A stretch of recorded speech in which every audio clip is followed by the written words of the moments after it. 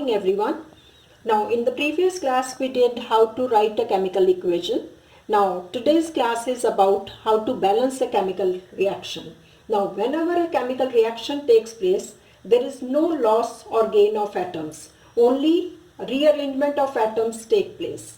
Now keeping the total number of atoms the same, we have to balance the chemical equation, and the same number of atoms have to be maintained on both the sides of the equation. You know about reactants and the product side of the equation. Now let's take up the step number 1. I'll be taking up the reaction. Iron, when it reacts with oxygen, will form ferric oxide. That means this is the first step to write the molecular equation of any reaction. So I have taken up this example and this is the molecular equation. Now if you see, this equation is unbalanced. Now second step will be list the number of atoms of different elements. That means I am writing the number of atoms of each element in this table. Elements participating in this reaction is iron, that is Fe, and oxygen. So on the left hand side, if you count the number of iron atoms, it is 1 in number, so I am writing 1, and oxygen on left hand side is 2, so I am writing 2 here. And if you see on the right hand side, that is product side, iron is 2 in number, whereas oxygen is 3 in number.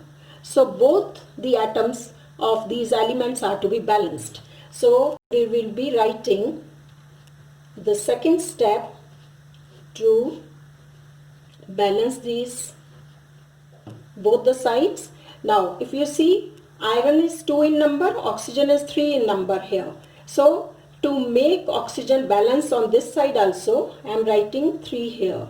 So oxygen has become 6 in number, so I'll put 2 here to make it 6. So oxygen has become 3 2s are 6, 3 2s are 6.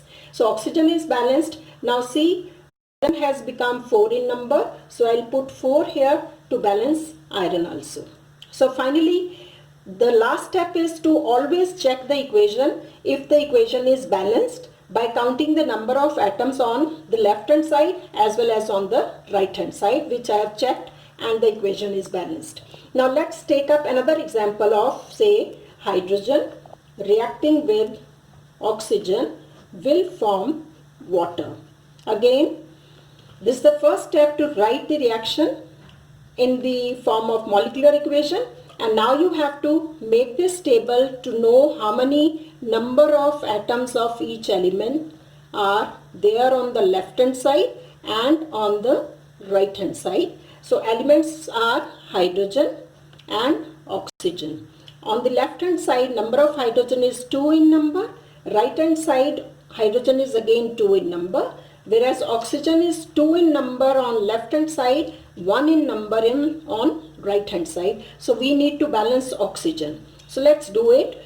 Oxygen, here you have 1, here we have 2. So I'll put 2 here to make it 2 here, but at the same time we are changing the number of hydrogen here. Hydrogen has become 2 2s are 4 here, so we will make it 4 by writing 2 here, so the equation is balanced. Taken up another example of potassium chlorate. It decomposes to form potassium chloride and oxygen. It is a molecular equation and it is unbalanced equation. We'll balance it by writing the names of the participant elements. Here we have potassium, chlorine and oxygen. And on the left hand side, how many potassium are there? 1. Chlorine is 1 and oxygen is 3 in number here. And on the right hand side, how many are there? Potassium is again 1 in number, chlorine is again 1 in number, whereas oxygen is 2 in number. So you need to check oxygen to balance it. So here oxygen is 3, oxygen is 2 here, so I'll put 3 here to make it 3 2s are 6, but here oxygen is 3, so I'll put 2 here to make it 6. But at the same time I have changed how many number of potassium and chlorine here? 2. So I'll put here 2 to make it 2 potassium, 2 chlorine. So the equation is balanced. Next is formation, that is nitrogen reacting with hydrogen. Now again you have to write down nitrogen is 1, hydrogen is here, and nitrogen on the left hand side are 2 in number, and hydrogen on left hand side again 2 in number. On the right hand side you have nitrogen 1 and hydrogen 3. So both are to be balanced. See here, hydrogen 3 in number, 2 in number, so I'll put 3 here to make it 6, and I'll put 2 here to make it 6.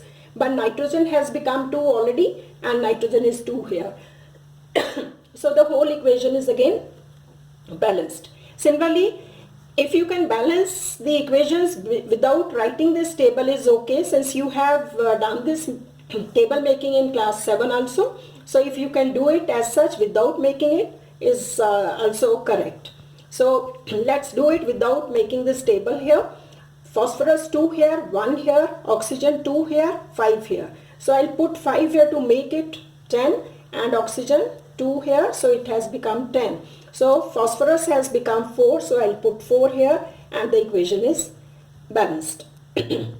Coming to the next heading, what does a balanced chemical equation tell us? Now for this particular question, somebody can ask you by giving a chemical reaction, say for example calcium carbonate upon heating to give calcium oxide and carbon dioxide.